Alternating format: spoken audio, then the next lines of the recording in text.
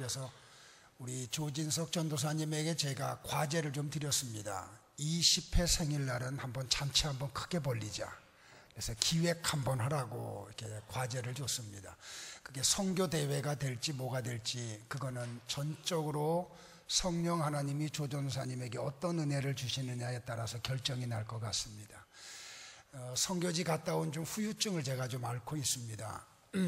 좀 폐가 좀 너무 많이 아프고요. 그래서 여기가 지금 너무 아파서 지금 견디기가 좀 힘들 정도입니다. 기침이 좀 많은데 참 감사한 건 일부 예배 때 설교하는 내내 기침 하나님이 이렇게 자제를 시켜주셔서 설교를 잘 마칠 수 있었습니다. 2부에도 그 은혜 주실 줄로 믿습니다. 혹시 좀 기침이 난다고 하더라도 좀 양해하시고 하나님의 말씀에 좀 집중해 주시면 감사하겠습니다. 많은 사람들이 인생을 살면서 가지고 있는 관심이 뭐냐면 어떻게 하면 인생을 좀 보람 있게 살 것인가. 아마 생명을 가지고 사는 분들이라고 하면 누구든지 다 이 부분에 대한 고민을 하리라고 생각을 합니다. 그래서 산업혁명이 일어나기 전에는 사람들이 가장 보람 있게 사는 길이 바쁘게 사는 것으로 이렇게 생각을 했습니다. 그래서 우리나라도 과거에 보면은 인사말을 하면은 항상 하는 말이 바쁘다는 말을 많이 합니다. 그러다 보니까 한때는 물어볼 때도 이렇게 물어봐요. 오늘 바쁘시죠? 그러면 바쁘다고 이야기합니다. 그러니까 바쁘게 사는 게 인생을 보람 있게 사는 것으로 생각하던 때가 있었습니다. 근데 산업혁명이 일어나고 난 다음에는 이 가치관이 조금 변화가 됩니다. 그래서 바쁘게 사는 것보다는 능률적으로 사는 게 인생을 보람 있게 사는 길이다. 그래서 1시간을 걸어서 가는 것보다 자동차를 몰고 가는 것이 훨씬 더 능률이 있다. 그러니까 전화로 1시간 대화 나누는 것보다 얼굴과 얼굴을 맞대고 같이 대화를 나누는 게 훨씬 더 대화에 효력이 있다. 능률을 중시했습니다.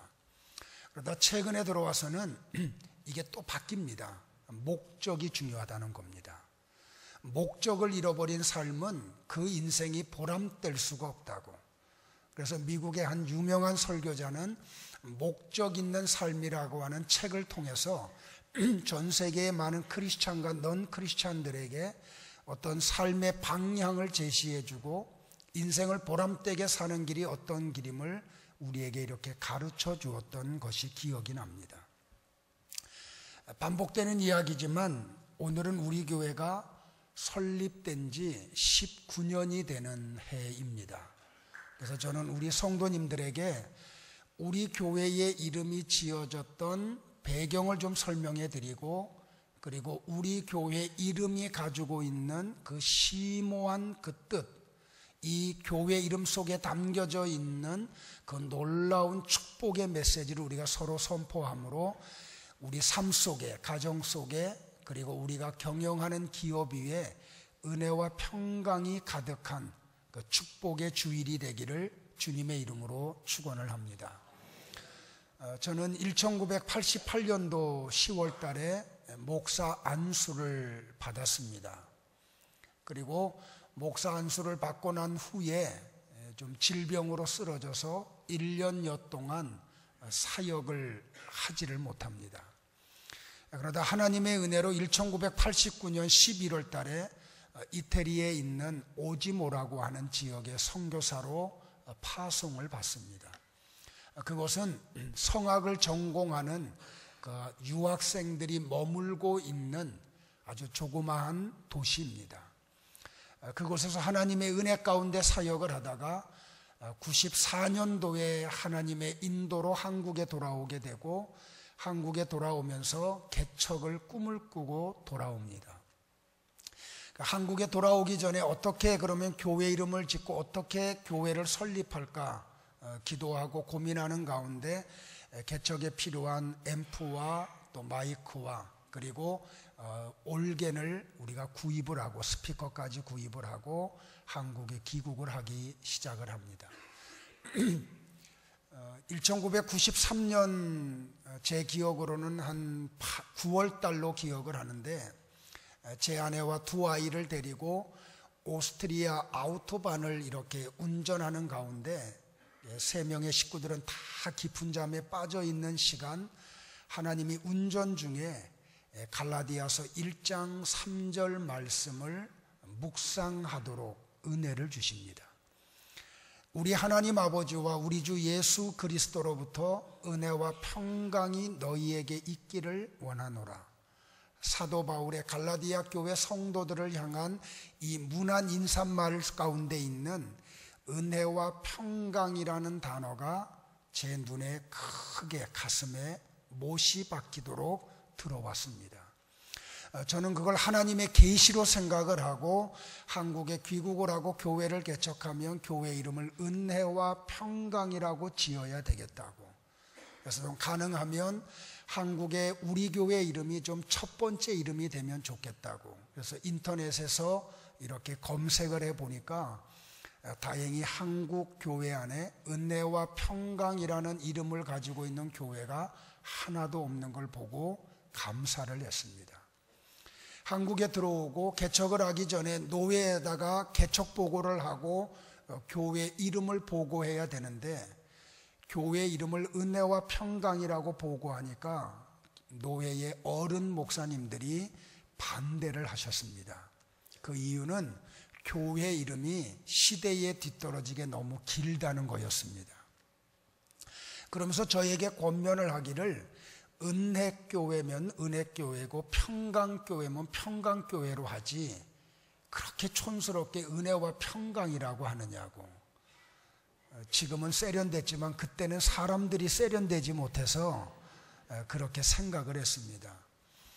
저는 또 어른들에게 순종하는 마음으로 그러면은 하나님으로부터 받은 이름은 그대로 유지를 하면서 교회 이름을 어떻게 줄일 방법을 찾다가 은혜에서 은자 하나를 따고 평강에서 평자 하나를 따서 은평교회라고 바꾸려고 하고 인터넷을 검색하니까 대한민국 교회의 은평교회가 너무 많아요. 특별히 서울특별시 은평구에 많더라고요. 그래서 이것도 하나님이 기뻐하리라고 생각을 안 하고, 제가 노회나 목사님들 모임을 가지면 발언을 가능한 안 하려고 자제를 하는데, 그날만큼은 노회장으로부터 발언권을 얻고 죄송하지만 앞에 나가서 노회 목사님들을 이렇게 바라보며 설명을 드렸습니다. 제가 설명을 드렸던 내용을 간략하게 소개를 하면, 1972여 년도에 곽선희 목사님이 미국 유학을 마치고 돌아오셔서 인천에서 사역을 하시다가 압구정동에 개척을 하시면서 교회 이름을 소망교회로 지었습니다. 지금은 소망이라는 단어가 굉장히 낯이 있고 거부감 없이 받아들여지지만 1970년대에는 한국 교회 안에 한국 사람들에게 소망이라는 단어가 굉장히 낯설었습니다. 저는 지금도 기억을 하는데 그때의 많은 목사님들이 비방을 했습니다. 소망이 뭐냐고, 소망이. 어떻게 교회 이름을 지면서 소망교회라고 짓느냐고. 그런데 그 교회에 하나님의 은혜가 쏟아지고 부흥을 하고 또 목사님의 역량이 한국 교회 안에 퍼지다 보니까 지금은 전국에 소망이라고 하는 이름이 들어간 교회 숫자가 글쎄요, 정확하게 제가 세보진 않았지만 몇백 개가 되리라고 생각을 합니다. 그 설명을 드리면서 제가 이야기했습니다. 목사님들, 제가 지은 교회 이름이 긴 것 같이 생각이 되지만 앞으로 교회 이름이 다 길어질 겁니다. 제가 예언자적인 이야기를 했습니다. 그 이유는 짧은 교회 이름은 이미 포화 상태였거든요. 그러니까 새로운 이름을 지으려고 하면 교회 이름이 자동적으로 길어질 수밖에 없음을 제가 감지하고 그런 이야기를 했습니다. 다행히 노예의 어르신 목사님들이 제 발언을 들으시고 이해를 하시고 교회 이름을 짓도록 허락을 해 주셨습니다. 그래서 1994년 5월 1일 날 경기도 고양시 일산 신도시에 있는 문촌마을 4단지 3익 아파트 단지 내 상가 16평에서 아내와 둘이 개척을 시작을 했습니다. 개척을 하면서 가장 힘들었던 부분은 교회 이름을 왜 이렇게 내가 길게 지었나. 그 이유는 개척을 하면서 자금이 없었는데 간판을 할 때마다 비용이 많이 나와서 그랬습니다. 그리고 19년 동안 하나님의 은혜로 이렇게 인도를 받았고, 제가 목회를 하면서 목회의 패러다임을 선교로 두었기 때문에 개척하는 첫 달부터 좀 10만 원의 선교 헌금을 한국에 있는 농어촌 교회에다가 선교를 시작을 했고, 그리고 아까 우리 정 목사님이 보고한 대로 해외에 교회를 5개를 지었고 병원을 세웠고, 그리고 5년 전부터는 선교의 정책을 하나님이 바꾸게 하셔서 이제는 사람을 키우는 선교 정책을 통해서 우리 제자들이 개척을 하고 교회를 세워가는 그런 놀라운 주의 은혜를 우리가 누리고 있습니다. 저는 이 은혜와 평강이라는 단어가 얼마나 풍성하고 기름진 이름이라고 하는 걸 부를 때마다 기억을 합니다. 오늘 이 말씀을 통해서 우리 성도님들도 이 은혜와 평강이라는 단어가 주는 이 풍성함을 깨닫고 또 선포하고 누리는 그런 은혜가 있기를 주의 이름으로 축원합니다. 그런 의미에서 우리 한 번만 더 축복을 할까요? 은혜와 평강이 있기를 원합니다.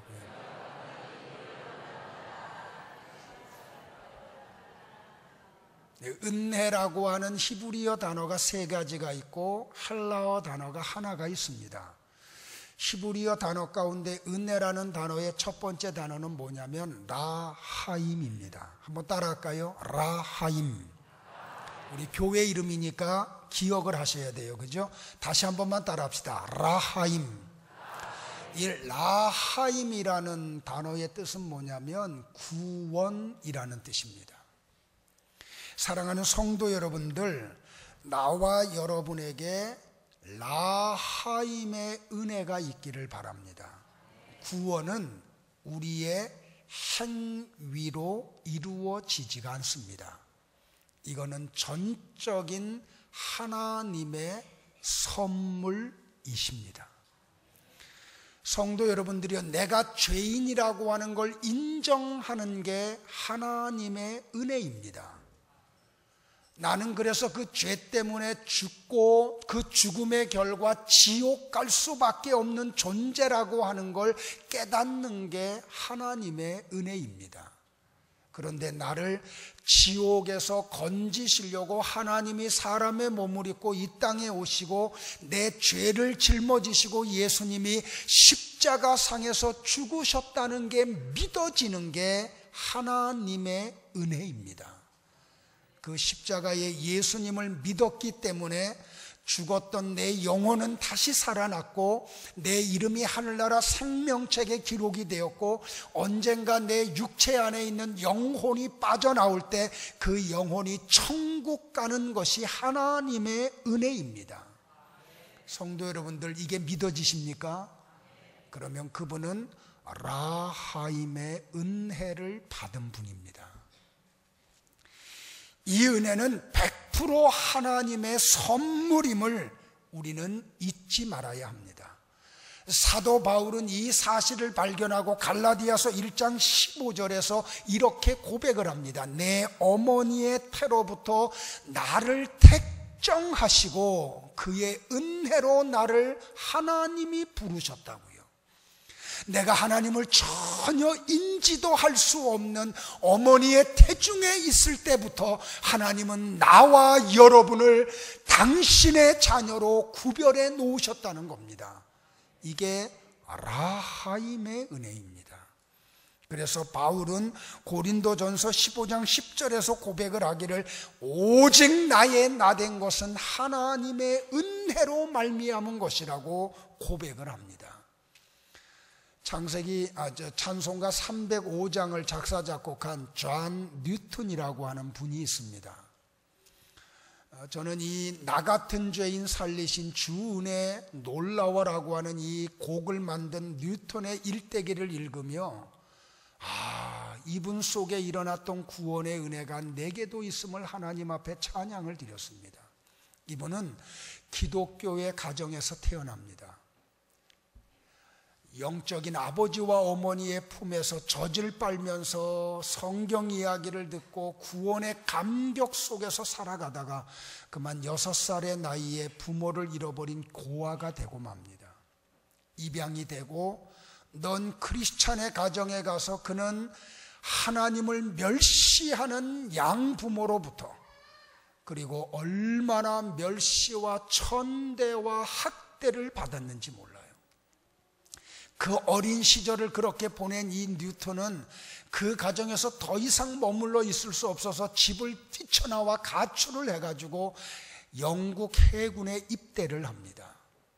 그러나 그 생활도 만족하지 못하고 제대를 하고 난 후에 아프리카로 떠나갑니다. 아프리카로 뉴턴이 간 이유는 하나밖에 없어요. 죄를 마음껏 짓고 싶어서.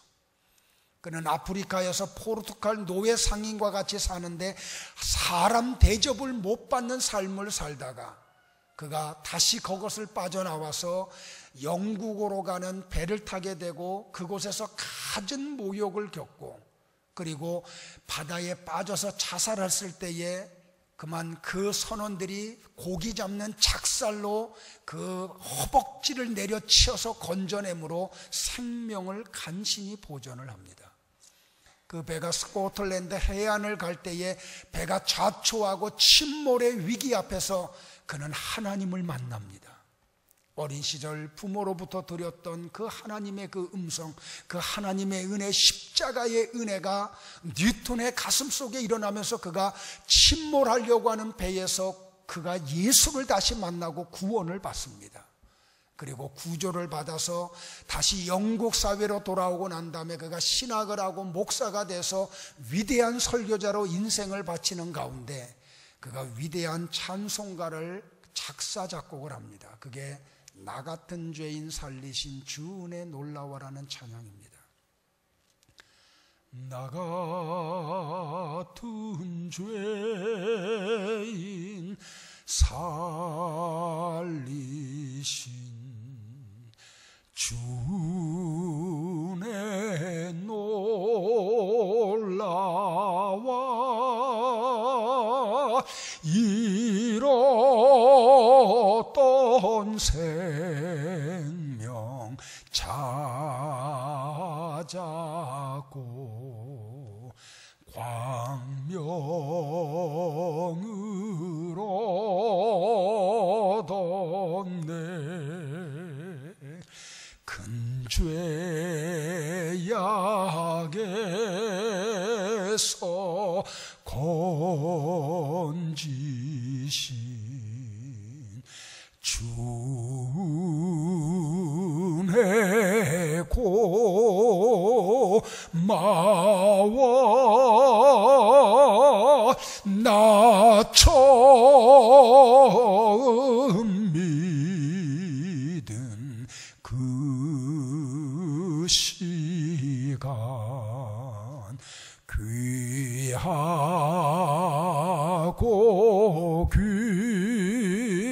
귀하다.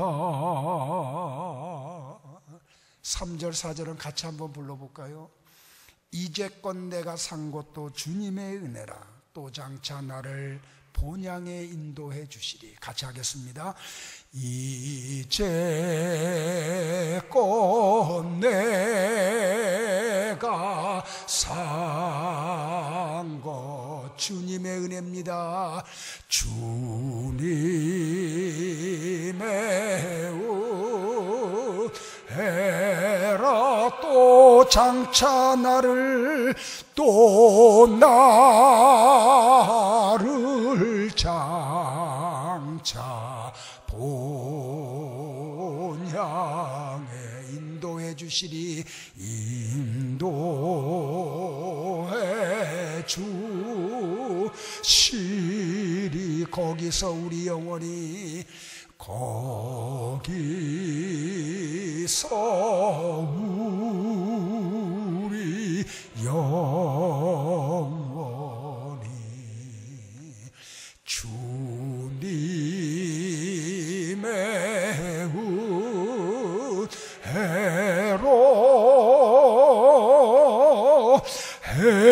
해처럼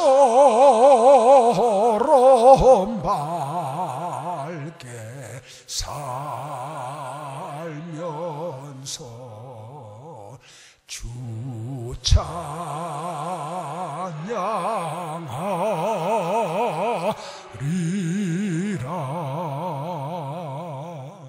할렐루야.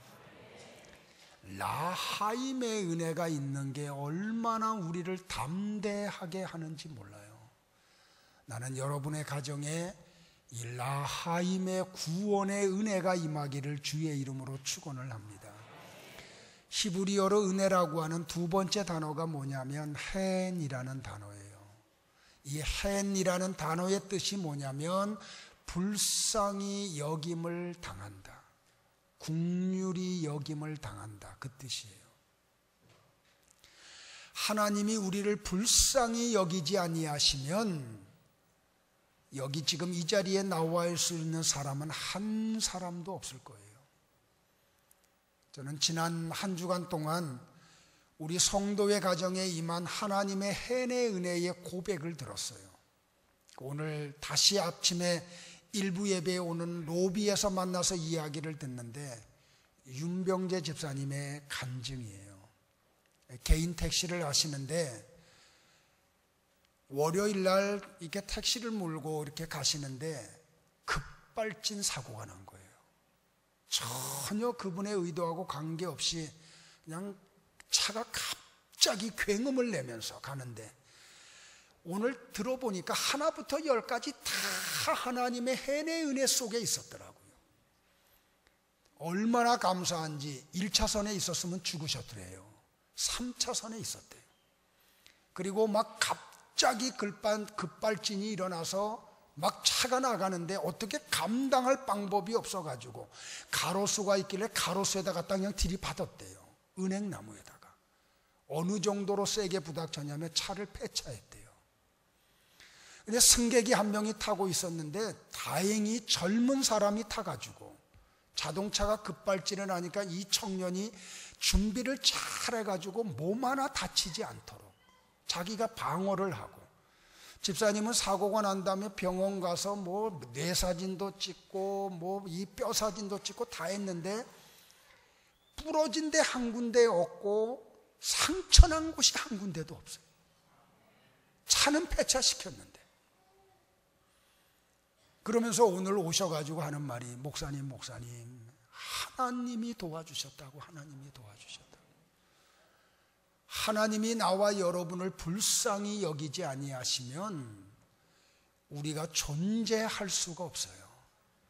그런 의미에서 우리가 은혜와 평강이 있기를 원합니다라고 말할 때는 라하임의 은혜와 더불어 헨의 은혜가 있기를 간구하는 거예요. 하나님이 우리를 좀 불쌍히 여기시기를 원합니다. 내가 죄를 지음에도 불구하고, 내가 연약해서 넘어짐에도 불구하고 하나님 내 죄대로 심판하지 아니하시고 나를 또 기다려주시고 긍휼히 여겨주시고 불쌍히 여기시는 헨의 은혜가 있기를 주의 이름으로 축원을 해요. 세 번째의 히브리어의 은혜라는 단어가 뭐냐면 헤세드라는 단어예요. 이 헤세드라고 하는 단어의 뜻은 뭐냐면 사랑 또는 인애라는 뜻이에요. 하나님의 사랑이 우리에게 쏟아지는 은혜, 그게 헤세드의 은혜예요. 성도 여러분들, 나와 여러분은 지금 현재 여기라고 하는 이 세상에서 살고 있어요. 그런데 시편 기자는 말하기를 나와 여러분이 사는 이 세상은 사망의 음침한 골짜기 같은 곳이라고 이야기를 해요. 예수님은 뭐라고 말씀하시는 거 아니? 너희가 이 세상에서 환난을 받을 것이라고 이야기해요. 사도 바울도 말하기를 너희가 하나님의 나라에 들어가기까지 이 세상에 사는 동안 환난을 당할 것이라고 예고를 하셨어요. 특별히 주님이 말하기를 주 안에서 믿음으로 살고자 하는 자는 핍박을 받는 곳이 나와 여러분이 사는 이 세상이라고 이야기했어요. 그래서 우리는 아무 이유 없이 예수 믿는다고 하는 것 때문에 욕을 먹고 고난 속에 몰림을 당하고 핍박을 당하고 거짓으로 우리가 쌓임을 당하고 말아요. 또한 나와 여러분이 살고 있는 이 사회는 정치적으로, 경제적으로, 사회적으로 여러 환란의 변수들이 기다리고 있는 곳이기도 해요. 예기치 못한 천재지변이 우리를 찾아오기도 하고, 돌발적인 사고가 일어나기도 하고, 국제관계가 악화됨으로 인해서 당하는 아픔이 있는 곳이 바로 이 세상이에요.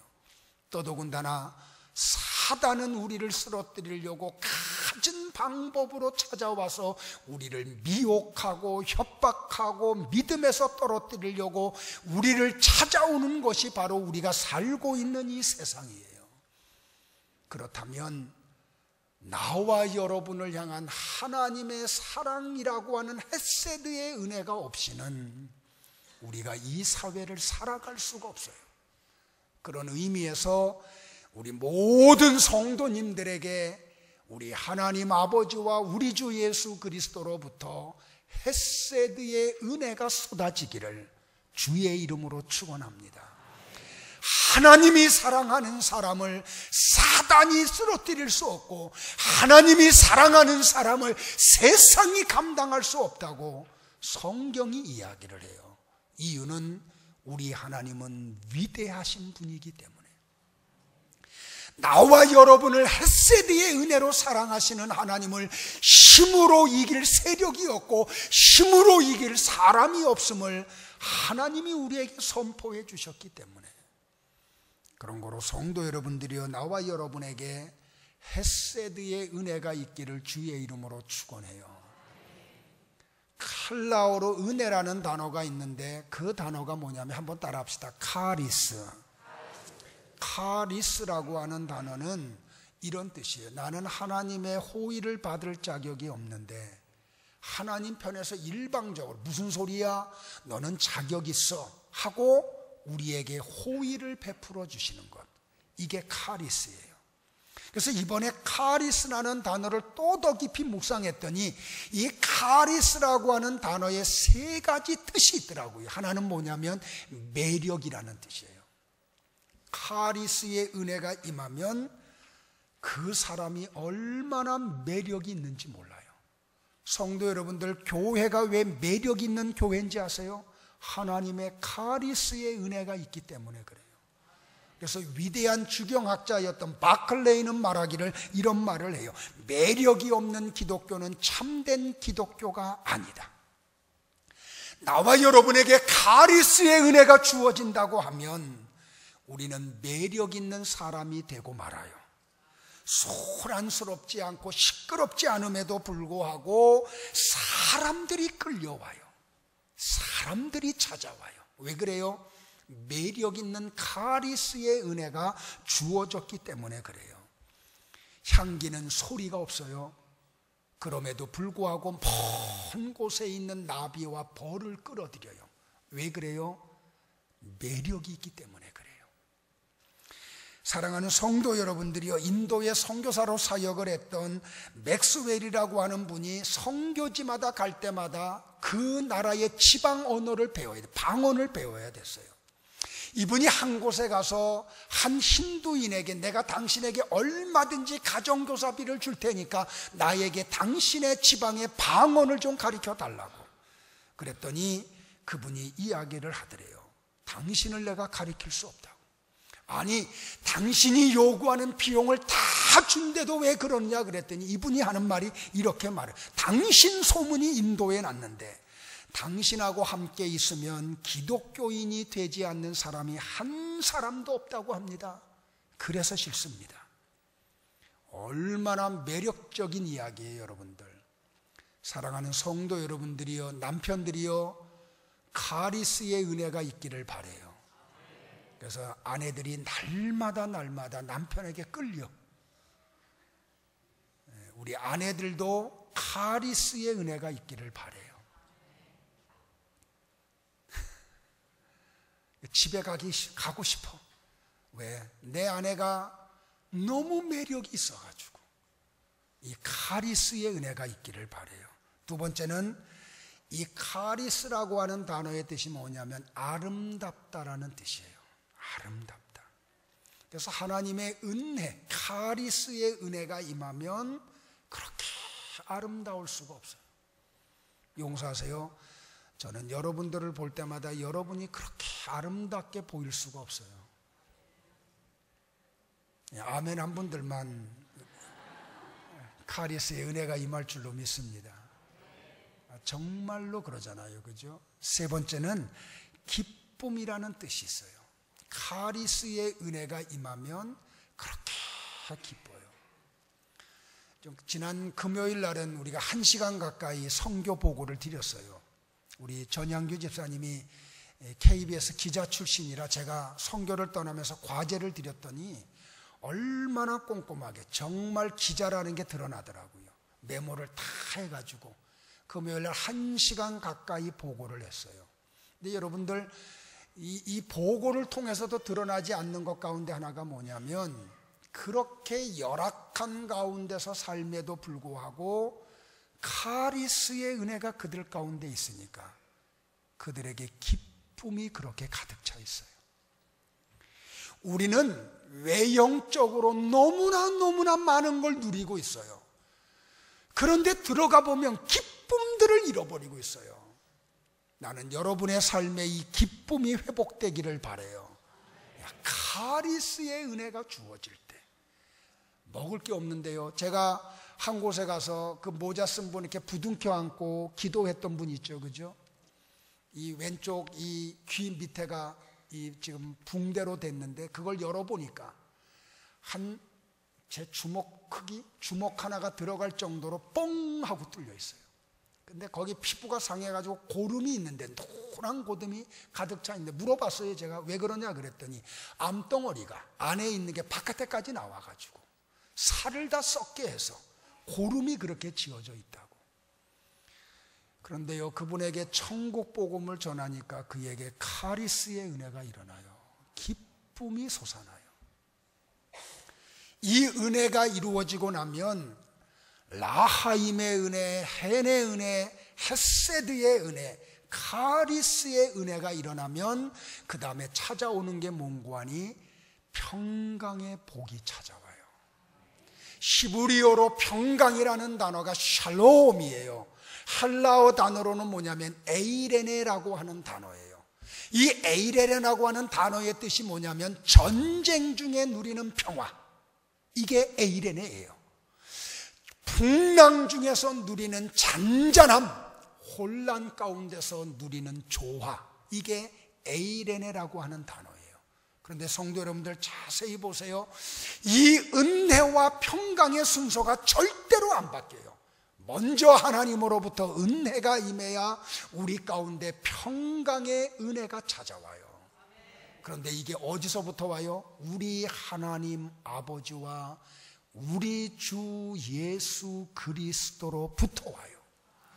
이 은혜와 평강이 물질로부터 오지 않아요. 사람으로부터 오지 않아요. 환경으로부터 오지 않아요. 이 은혜와 평강은 하나님과 예수님으로부터 와요. 발견하기를 주의 이름으로 축원을 해요. 그래서 이 평강의 은혜가 우리 가운데 임하는 역사가 있기를 바라요. 스코틀랜드의 한 성도가 너무 편안한 삶을 살아. 이 사람 물질적으로 너무 가난한 사람이요, 환경적으로 너무나 어려운 가운데 사는 사람이에요. 그런데도 불구하고 그는 평화로운 가운데 살아요. 한 사람이 물어봐요. 어떻게 그런 삶을 사십니까? 그분의 답변이 이래게요. 저의 비결은 간단합니다.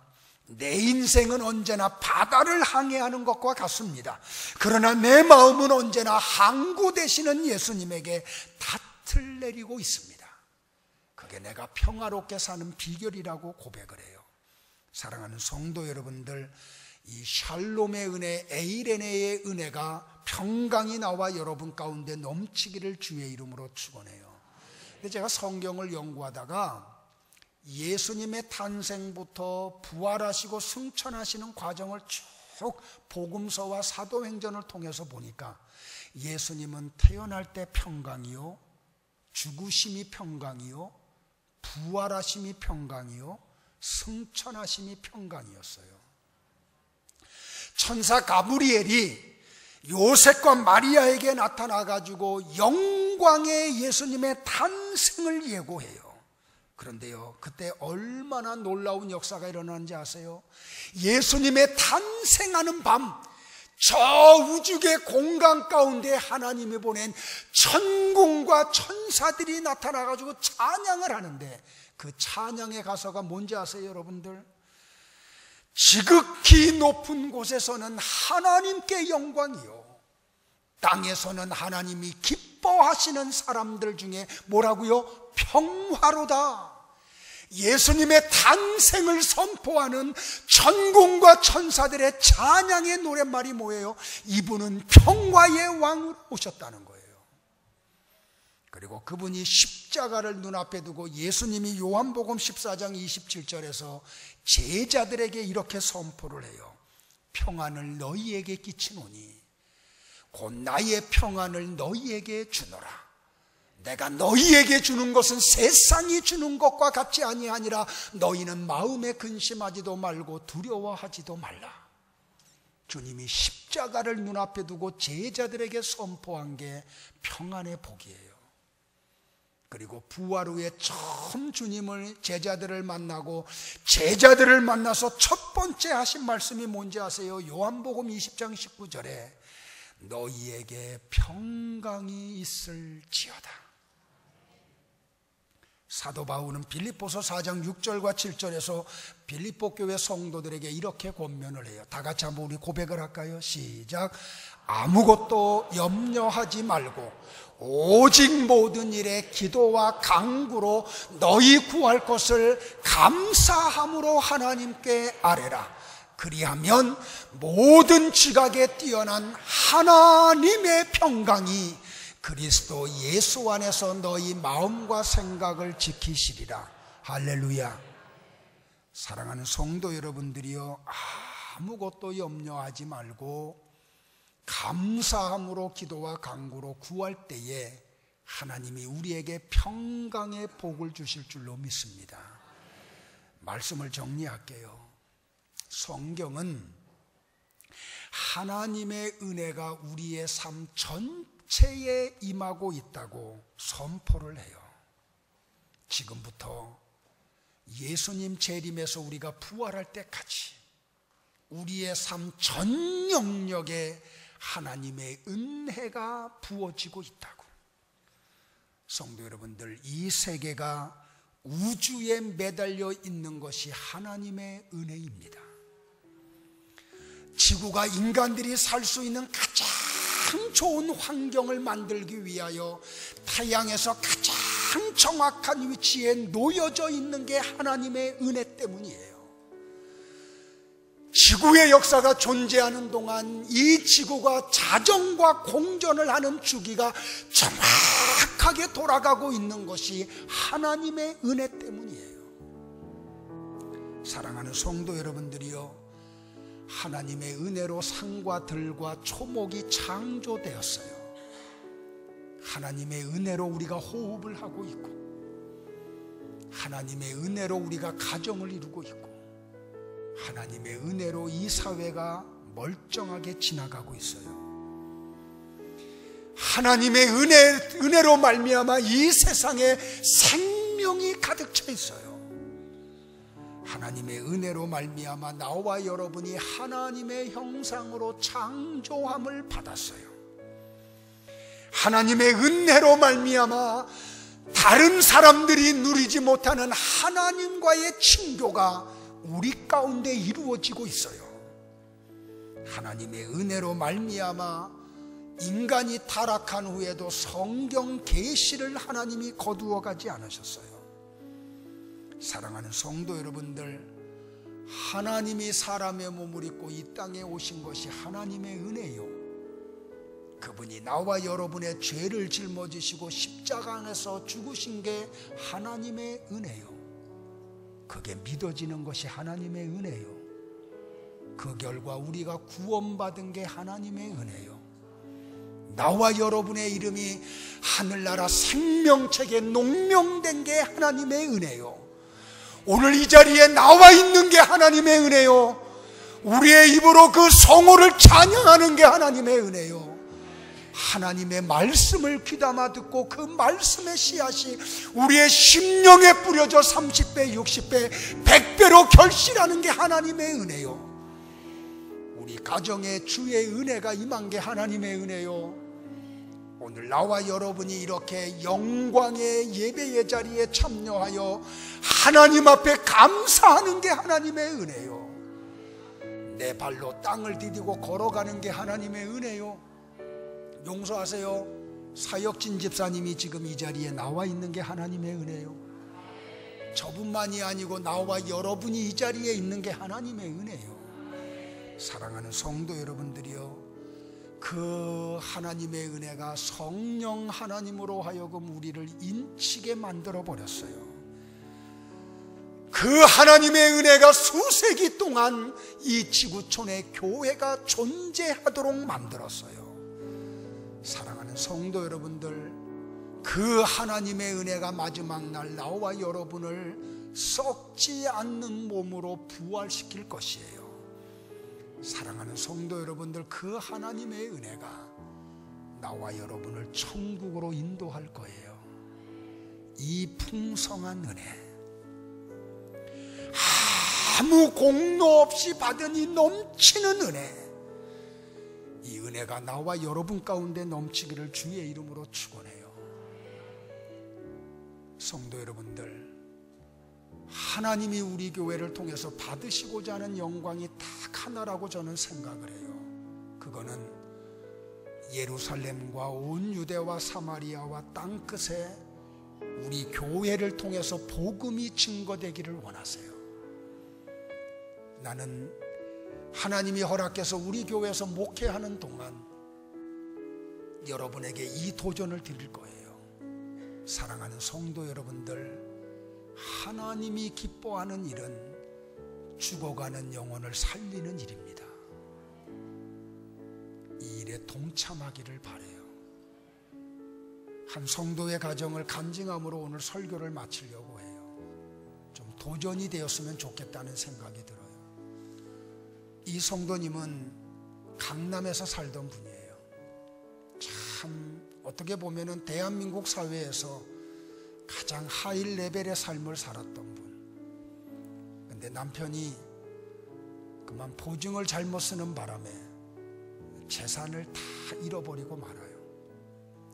재산을 정리하고 나니까 갈 수 있는 곳이 파주밖에 없더래요.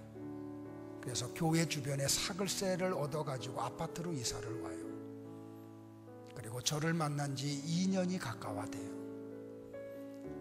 근데 이분의 삶 속에 믿음이 있어요.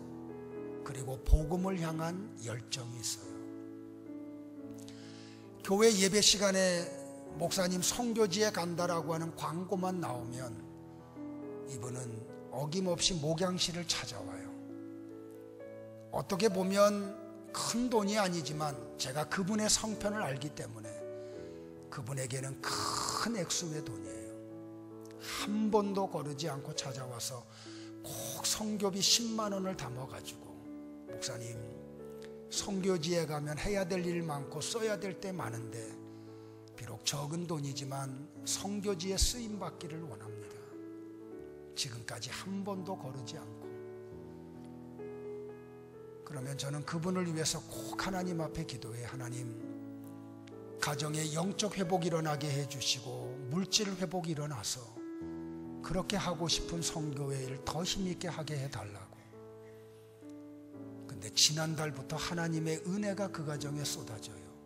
이렇게 경기가 어려운데 하나님이 남편의 사업에 복을 주시기 시작을 해요. 얼마나 많이 매출이 일어나는지, 수량이 얼마가 나가는 걸 체크하는 게 어려울 정도로 하나님이 복을 주세요. 지난주에는 이제 스승의 날이 다가오고 어버이 주일이 다가오는데 미리 드린다고 선물을 가져왔어요. 이 넥타이가 그 넥타이예요.